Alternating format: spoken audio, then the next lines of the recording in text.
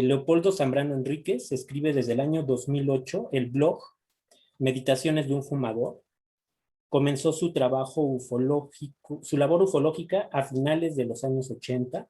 Ha sido investigador de campo y de gabinete. Fue integrante de la Fundación Cosmos AC. Pues muchas gracias por aceptar esta conversación, Leopoldo. Gracias a ti, Martín. Gracias por hacerme sujeto de la entrevista. Espero que sea interesante.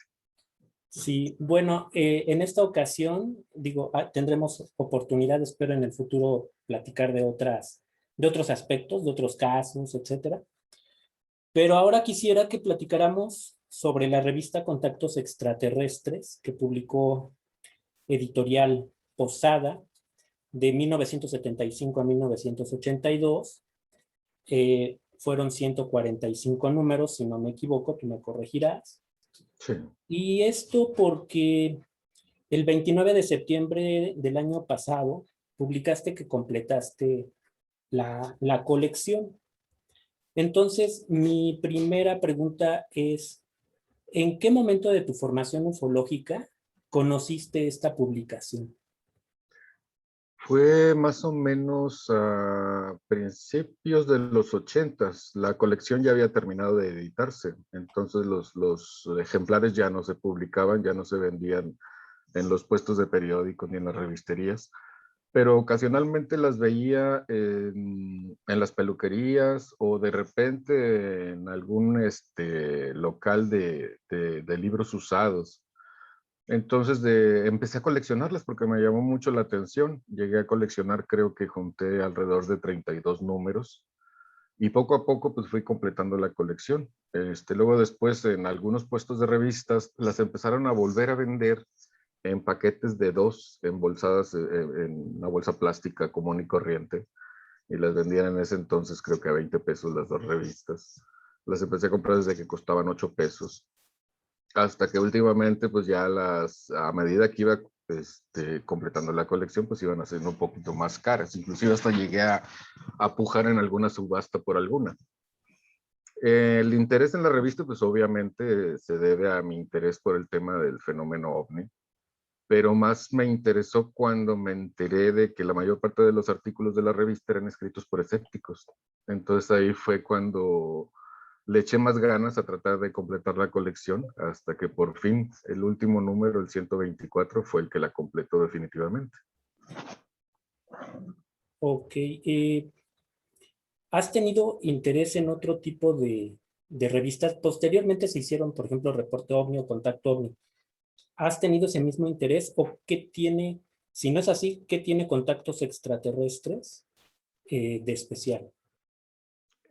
Lo que me llamó mucho la atención de Contactos Extraterrestres es que siempre estaba al día en las noticias. Obviamente yo llegué tarde a la publicación de la revista, pero me di cuenta que siempre estaban al día en los temas, según el año en que se publicaban. Por ejemplo, los congresos OVNI de Acapulco, por ejemplo, ahí tienes la imagen, de 1977. Esa fue una de las revistas que más recuerdo, porque en alguno de los números ya ves que se hicieron varios artículos sobre el tema. En alguno de ellos se publicaron las direcciones de los representantes que vinieron a poner conferencia aquí en México. Entonces a mí me llamaba mucho la atención conseguir información, y de ahí saqué las direcciones para enviar cartas a todos esos grupos. Entre ellos pues estaba MUFON, el grupo de Volskevinsky y otros tantos más. Creo que mandé como 10 cartas. De esas 10 cartas creo que solo respondieron 4 o 5 y no tenían información, solamente enviaban las hojas de suscripción para recibir los boletines. Obviamente que en esa época pues yo era estudiante, no tenía mucho dinero, así que la suscripción pues estaba fuera de mi alcance en ese entonces. Lo dejé por la paz. Fue mi primera decepción en el tema OVNI. De la información no era gratis. Sí. Al interesado en el fenómeno OVNI, independientemente de cómo se considere, eh, ufólogo, crítico, escéptico, ¿de qué le puede servir conocer contactos extraterrestres? Me parece a mí que es una ufología que yo le llamaría de la vieja guardia. No es como la ufología que llegó después con esas revistas que mencionaste de Contacto OVNI, etcétera, de corte similar. Esta revista intentaba, al menos hasta donde era posible, explicar lo que estaban reportando. Los artículos que hacían trataban de hacer investigaciones completas, inclusive iban al lugar de los hechos. Me acuerdo que el que más me llamó la atención fue el caso del OVNI de Puebla, que le dedicaron varios números. Pero en las revistas nuevas no había esa continuidad. Se convirtieron más que nada en repositorio de anécdotas, notas periodísticas más que nada, y hacían lo mismo que los periódicos. Simplemente salía la nota de momento, la publicaban porque era pertinente publicarla en ese momento, pero ya no se le daba seguimiento. Y eso es lo que me gustaba mucho de la revista Contactos Extraterrestres. Cuando había un tema interesante y que tenía investigación de campo, le daban un seguimiento hasta donde pudieran llegar para resolver el caso. Sí, bueno, ahora se me viene a la mente, por ejemplo, que cuando se dio el caso de Sara Cuevas, Ujú. se hacía reporte OVNI. Sí. Entonces también hubo investigación de campo. ¿Qué diferencia habría entre la investigación de reporte OVNI en el caso de Sara Cuevas, por ejemplo, y del caso Puebla en contactos extraterrestres? El caso de Sara Cuevas estuvo rodeado desde un principio de sensacionalismo. La mayoría de los investigadores, más que investigadores, parecían curiosos. No respetaban la zona del avistamiento o la zona que debería haberse delimitado como si fuera una zona forense. Recuerdo haber leído por ahí en un libro de Luis Ruiz Nogués algo sobre que les habían pisado el cultivo a los dueños del terreno. Y entonces eso se me hacía una falta de seriedad sobre el tema, sobre la investigación. Partiendo desde ahí, pues entonces la investigación que se estaba dando en ese momento ya no era igual a la que se daba antes, donde se respetaba la zona, se delimitaba el área, se recogían muestras, se tomaban fotografías antes de que la zona fuera alterada. Esa es la diferencia que yo veía entre la investigación de ese entonces con la investigación del caso de Sara Cuevas, además del, obviamente, el sensacionalismo, porque ya la televisión estaba inundada con aquella ideología de que era mejor ver videos que leer una investigación. En ese sentido, ¿crees que, por ejemplo, contactos extraterrestres fuera más crítica que reporte OVNI o que contacto OVNI y que tuvieran además mayor seriedad al hacer la investigación? Yo siento que sí, en los casos que eran verdaderos casos que se tenía la información de primera mano, sí lo sentía mucho más serio que las siguientes revistas. Claro que también había algunas notas que llegué a suponer que las publicaban a modo de broma o que no eran notas reales. Llegué a suponer que algunas notas eran inventadas, pero la mayor parte de las noticias donde había información de primera mano sí veía esa ansia de llegar a la verdad, de llevar a cabo una investigación de fondo y sobre todo profesional. Sí, mencionaste que participaban escépticos en contactos extraterrestres. Eh, Sin embargo, creo que con el tiempo se hicieron escépticos, o sea, se hicieron escépticos conforme avanzaba su experiencia dentro de esta revista, o ya eran escépticos desde un principio. Eh, ¿Cómo lo ves? Los escritos que yo estuve leyendo, los que alcancé a leer, porque de todos los que ya completé, no he leído la mayoría de las que no tenía, por ejemplo, pero en los artículos que había leído, sí había cierto sentido crítico, o sea, no tenían tendencia a creer de primera mano lo que decía un testigo o lo que decía un reporte OVNI, sobre todo en aquella época cuando la información a veces llegaba desde muy lejos, por ejemplo, Rusia, las notas, eran muy comunes que notas de Rusia, Yugoslavia, de partes muy lejanas, porque en aquella época obviamente no había internet y era muy difícil encontrar información. La única información que se tenía a la mano pues era la de los libros y no llegaban inmediatamente como se escribían en esas partes del mundo.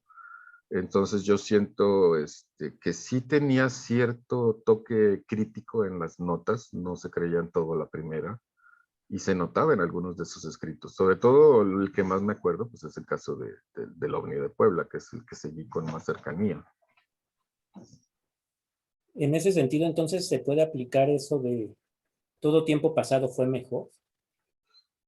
Mm, depende, porque no es simplemente que el tiempo haya sido mejor, sino que depende de la seriedad con la que las personas toquen el tema. Hoy hay muchos ufólogos que no salen a cuadro, que no son muy populares, pero que hacen trabajos muy buenos de investigación. Lo que pasa es que ahora la carga de entusiasta es mayor que la carga de escéptica, y entonces ese trabajo como que se pierde entre toda esa vorágine de ideas locas que se tienen sobre el tema. Sí. Otro colaborador de Contactos Extraterrestres fue Fernando J. Telles. Y él escribió un manual para investigar. Eh, ahora pienso, por Sí, ejemplo, sí. sí, perdón, sí, supe de ese manual. Desgraciadamente nunca lo pude conseguir. Hasta hace poco también lo estuve buscando por las tiendas de viejo y por las tiendas en línea. Ya ves que a veces venden libros usados. No lo he podido encontrar. Tengo curiosidad de leerlo, no lo he leído. En ese sentido, bueno, había un interés en hacer las cosas seriamente. Pero ahora pienso, por ejemplo, en las escuelas o en los diplomados en los que participa la gente que está alrededor de Jaime Maussan o de Víctor Quesada. Eh, ¿Qué diferencia habría entre estos acercamientos? Porque se pretende enseñar a otros a hacer investigación. Sí, así es. De hecho, no pude ver el de Telles, pero sí pude ver, por ejemplo, Elementos de Omnilogía de Milton W. Urquhart y también el de Investigación de Campo que editó el grupo OmniNet de Puerto Rico. Entonces ahí se ve que le daban mucha importancia. Bueno, en aquel entonces la fotografía era de otro estilo, entonces le daban mucha importancia a la información técnica para poder analizar videos, fotografías, en ese entonces de película, de film, de celuloide, y daban mucha información técnica de cómo, por ejemplo, en una fotografía sacar las medidas aparentes de un objeto con relación al fondo según el desenfoque, la apertura de la lente, etcétera. Cosas que hoy en día la gente nunca aporta, simplemente toma la fotografía y te pone la imagen en internet, pero no te da ningún dato que le sirva a un investigador para poder estudiar o analizar la foto.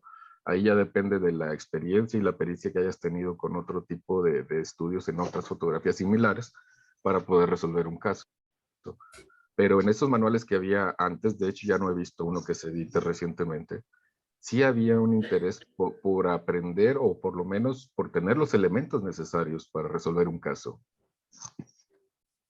Ok. Es difícil hablar de la ufología como todo un bloque, ¿no? Porque, no sé, tengo la impresión de que lo aprendido en contactos extraterrestres después se pierde y entonces llega otro grupo que hace reporte ovni y está otro grupo que después hacía contacto ovni o está el equipo de Maussan, por ejemplo, y entonces como que cada uno está por su lado, cada uno como que no se aprende de las experiencias de cada uno, ¿no? En ese sentido, como que no se puede hablar de una ufología mexicana, por ejemplo. No, no se puede hablar ni de una ufología mexicana, ni de una ufología colegiada, ni de una ufología profesional. Porque a principio de cuentas, me acuerdo que, no recuerdo el año, creo que fue en el 2008 o por ahí, por esas fechas, se intentó unificar a todos los grupos de México en una sola agrupación, pero desgraciadamente cada líder de grupo quería salir a cuadro, aparte cada grupo tenía su ideología, como dices, y esas ideologías chocaban entre los grupos demasiado. Unos daban por sentado la existencia extraterrestre, otros daban por sentado que no era extraterrestre, sino interdimensional, otros más allá le daban un contenido espiritual, y muy pocos de nosotros le dábamos un contenido más físico, más terrestre, hablando de tuercas y tornillos. O sea, después de todo, se supone que son aparatos tecnológicos, entonces tiene que haber alguna evidencia física. Ya todo eso de lo que es cuestión paranormal, esotérica, dimensional, etcétera, para mí no tenía cabida. Entonces, empezando desde ese punto de vista, nunca se podría llegar a una organización global a nivel nacional para la investigación del fenómeno ovni. Ok, ¿cómo? en este sentido, ¿cómo te defines a ti mismo? ¿Como ufólogo, como escéptico, como investigador del fenómeno OVNI? En un principio, yo no me autodefinía, o sea, me fue llevando el camino poco a poco y fueron las demás personas que tenían contacto conmigo que me empezaron a llamar ufólogo. Algún investigador de Chile, por ejemplo, Eric Martínez, decía que cuando te gradúas de ufólogo es cuando los medios te empiezan a reconocer como tal.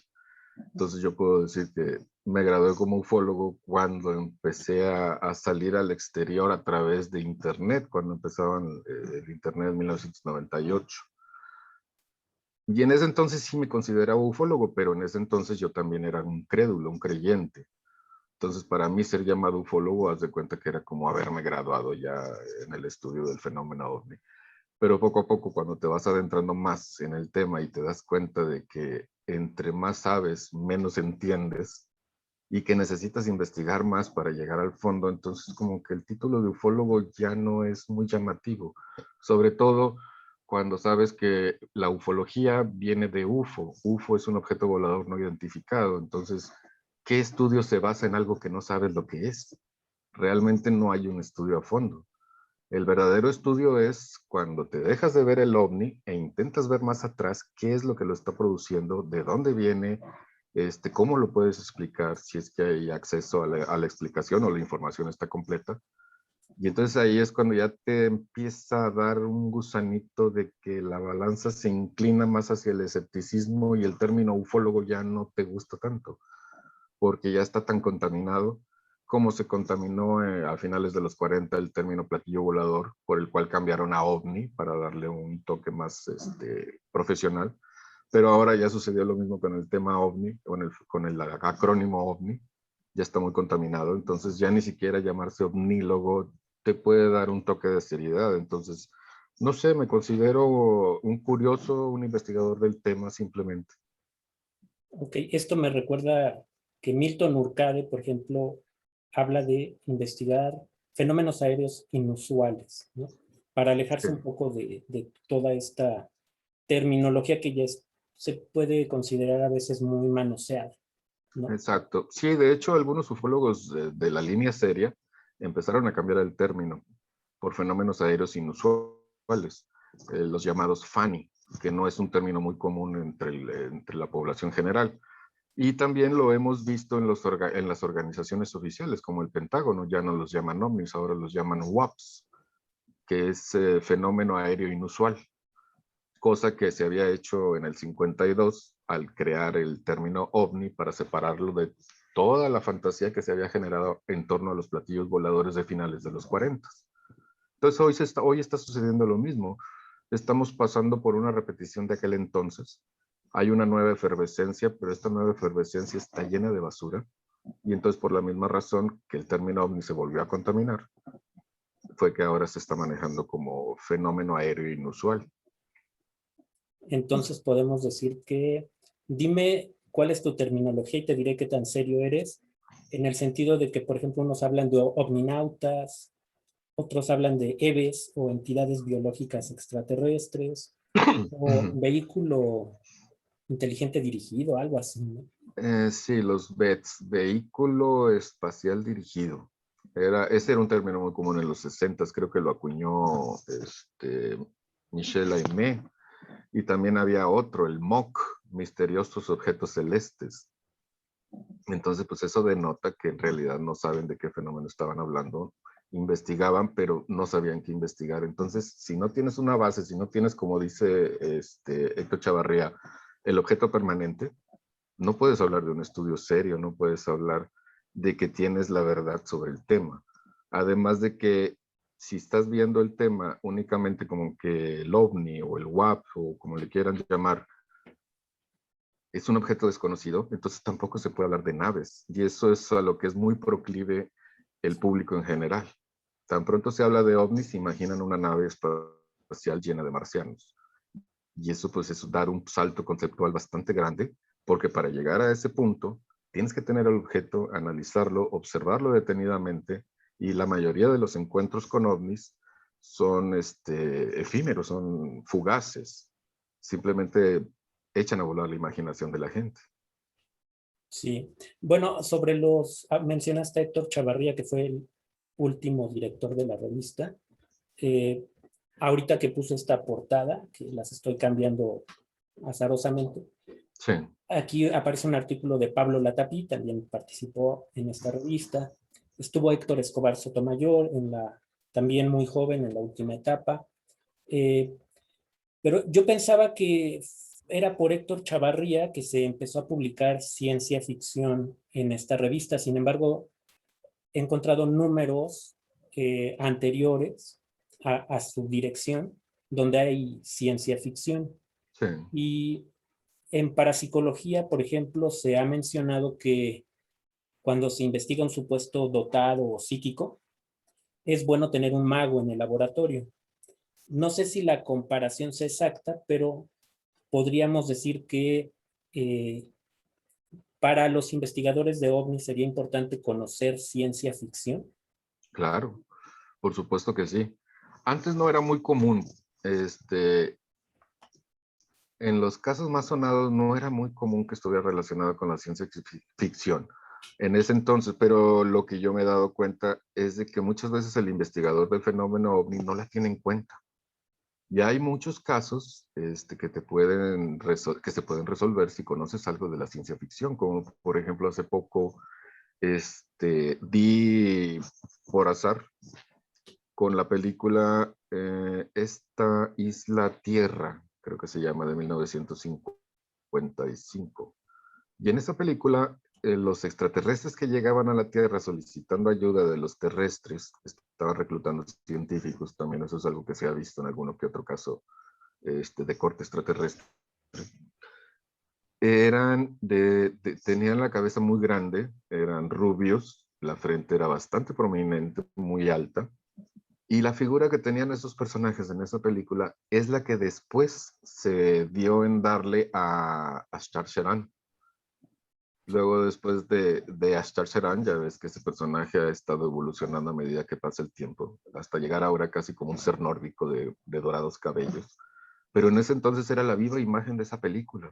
Entonces, con eso te puedes dar una idea de que los entusiastas del tema se alimentan de las películas para llenar sus fantasías, cosa que se da hasta el día de hoy. Todavía hay gente que piensa que Steven Spielberg trabaja para la CIA, modificando la conciencia que se tiene del fenómeno extraterrestre, por ejemplo. Y sí sería importante que la gente se supiera de ciencia ficción. Muchas veces no de la ciencia ficción como tal, la de Asimov o la de Henry, ay, no recuerdo el apellido. Lo que sería la ciencia ficción clásica, no, la pesada, no. Sino la ciencia ficción que podemos ver en unas películas de serie B, es la que la gente ve. Y sobre esa información es de lo que la gente se retroalimenta para sus experiencias. Por ejemplo, también el encuentro, hay una imagen muy popular de Adamski, donde está en el desierto saludando al extraterrestre venusino con el que contactaba. La imagen de ese extraterrestre en esa situación, haz de cuenta que estás viendo la película El día que paralizaron la Tierra de 1951.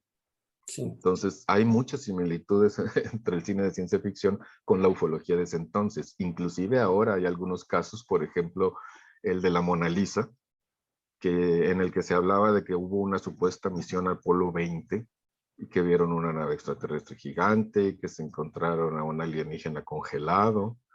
Toda esa historia, de pies a cabeza, es un calco de una película de 1989 que se llamaba Moontrap. Y entonces esa historia fue adquirida para el fenómeno OVNI y se difundió en un foro en 2007 de un supuesto ex militar de la Fuerza Aérea. Se hacía llamar AFB, Air Force Base. Y entonces a partir de esos foros se empezó a desperdigar la historia de tal forma que ahorita el mito ha crecido tanto que ya es muy difícil erradicarlo de la ufología de escaparate que yo le llamo. Sí, entonces para el interesado en el tema, en estudiarlo, en investigarlo, sí es necesario que vea ciencia ficción, que vea películas, que vea series, que las busque y que se informe sobre estas. Exactamente, sí, porque un caso más reciente sucedió creo que en el 2016, con unas fotografías que llegaron a tercer milenio, de un supuesto caso de dos fotógrafos, el caso Torres Dueñas, que sucedió en la carretera Colima. Y ese caso se presentó como un caso extraordinario, con fotos históricas, pero pues en realidad esas fotografías habían sido tomadas de un monitor de televisión y habían sido sacadas de una película que se emitió en 1977 que se llamaba Starship Invasions. Y no nada más ese programa fue troleado con esas imágenes, sino que también, ahorita que hablaste de Fernando J. Telles, él lo presentó en su programa que tiene en YouTube. Afortunadamente, un amigo en común le hizo ver el error y en el siguiente programa lo rectificó. También podemos contar, por ejemplo, el platillo volador de una película de 1967 que se llamaba The Ambushers, Los Emboscadores, una historia de Matt Helm, que es una versión cómica de James Bond con Dean Martin. También de ahí, de esa película, se ha sacado infinidad de veces el platillo volador que aparece ahí para decir que ha sido un encuentro real. Y en otras ocasiones no precisamente vienen de las películas, también vienen de los artistas. Recuerdo un artista, creo que fue en el 2010, que este artista hacía fotografías en las que trabajaba larga exposición con luz. Entonces él formaba esferas haciendo girar un hilo con un foco. La cámara estaba con el diafragma abierto. Entonces el resultado final en la fotografía era una esfera de luz parada en medio del escenario. Y en esa ocasión la luz estaba en medio de una carretera. Esa imagen también llegó a tercer milenio con un relato donde decía que un ingeniero de la Comisión Federal de Electricidad la había tomado, pero en realidad había sido robada del portafolio de un artista que radicaba en Australia. Sí, de ese caso, algo que yo critiqué es que en quienes publicitan esto como real, no hablan de supuesto, siempre le quitan la palabra. O sea, yo creo que es importante hablar de supuesto, ¿no? Así es. En lugar de decir, una esfera, pues una supuesta esfera se presentó aquí. O sea, le quitan pues la duda, ¿no? Más bien lo presentan como una afirmación tajante, ¿no? Exactamente, y no se le da seguimiento, o sea, simplemente ya se olvida la nota, se pasan a la siguiente nota sensacionalista, no se rectifica la anterior. Pocas veces se ha rectificado la nota anterior, como en el caso de las fotografías de la película de Starship Invasion. Ahí sí se hizo una rectificación 3 meses después, pero se hizo. Pero en la mayoría de los casos no se hace la rectificación. Es como decía en los libros de ufología antigua, se le puede dedicar la primera plana a un caso sensacional de ovnis, pero cuando se resuelve el caso y se llega a la conclusión de que no era tal, si acaso se le llega a dedicar un espacio muy pequeño en la última página del editorial, pero ya no se le dice al público, oye, no era lo que tú pensabas, entonces el público se queda con esa idea, a pesar de que el caso ya haya sido resuelto. Sí. Y bueno, esta portada, por ejemplo, también me recuerda, porque este es del esqueleto que eran cráneos de tiburón, Cráneos de y tiburón. después en Reporte OVNI, me parece, lo refritearon la historia, pero sin la explicación, ¿no? También Obvio. eso sucede. Sí, pues Eh, es lo mismo que sucede en Internet. En los 90 eran muy dadas, por ejemplo, hasta las revistas esotéricas que venían de España. Regalaban un CD-ROM con una enciclopedia OVNI. Y esa enciclopedia estaba llena de fotografías sin referencia. Tenían muy pocas referencias algunas. Sí daban el año, número de testigos, o sea, tenían esa plantilla, pero no todas las plantillas estaban llenas. Entonces muchas fotografías no tenías idea de dónde salían. sí. Eh, bueno, Leopoldo, ya se está terminando el tiempo. Ajá. Agradezco mucho tu plática. Eh, bueno, voy a poner aquí tu blog, Meditaciones de un fumador. Así es. Y no sé si desees comentar algo más para finalizar sobre ya sea contactos extraterrestres o sobre el tema que tú desees. Ok, bueno, la idea de completar la revista más que nada pues era por mi curiosidad de saber más pues, sobre lo que había escrito, porque lo que yo ya había leído pues sí me gustaba mucho lo que había leído en los ejemplares que yo había adquirido. Entonces sí quería conseguir la revista completa y cuando me di cuenta de que, por ejemplo, Héctor H. Chavarría había sido director de la revista, pues me llamó mucho más la atención. Inclusive me comuniqué con él para ver si él sabía dónde podía conseguir los números que me faltaban.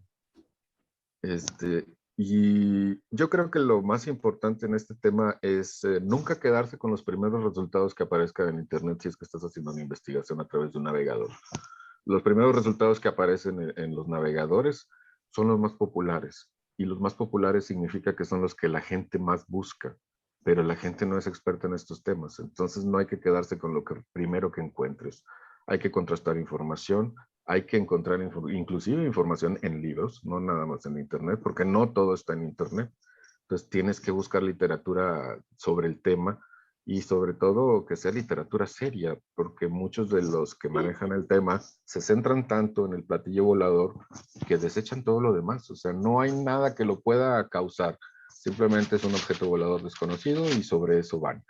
Pero no se ponen a buscar si es un efecto de cámara, si pudo haber sido un efecto atmosférico, un efecto espacial, un fenómeno X, lo que sea. Y eso es lo que sí me gustaría que la gente tomara en cuenta. Hay que ampliar las miras. Muchas veces se dice que los escépticos somos de mente cerrada, pero en realidad somos de mente abierta porque no nos centramos exclusivamente en el plato, buscamos por otras opciones para tratar de llegar a la solución del caso. Sí, en ese sentido creo que son más bien los entusiastas quienes se cierran a, a explicaciones prosaicas o a otro tipo de explicaciones. Explicaciones terrenas. Sí, exactamente. Una última cuestión. No sé si me equivoco, pero recuerdo que decías que escanearías todos los números de contactos extraterrestres. Es la idea que tengo porque me encontré un sitio que se llama AFU, situado, está en Suecia. Y ese sitio lo que hace es una recopilación de revistas, libros y material relacionado con el tema extraterrestre de todo el mundo. Entonces tienen un catálogo que está disponible para el público, no tengo la dirección ahora de momento, en que puedes descargar ese material. Y a mí yo lo estoy utilizando como consulta. Viene separado por países. Y entonces me fui a buscar México. Y en México creo que nada más está la revista Perspectivas. Y entonces ahí fue cuando me nació la idea, bueno, ya que tengo la revista completa, poco a poco ir escaneando los números para donarlos a esa institución, que México tenga ahí más presencia con esa revista, además de que es un clásico. La mayoría de las revistas que están publicadas ahí son clásicos, como por ejemplo Stendek, UFO Press de Argentina, Stendek es de España, y de todo el mundo hay información ahí que puedes consultar. De Estados Unidos es de la que más hay información. Ah, pues muy bien. Pues muchísimas gracias, Leopoldo. A nombre del robot escéptico enmascarado y su chalán, pues te damos las gracias por esta plática y esperamos seguir platicando contigo en un futuro. Muchas Claro que sí, gracias. Que estés claro que muy sí, bien. Martín. Igualmente, muchísimas gracias a ti. Hasta luego. Hasta luego.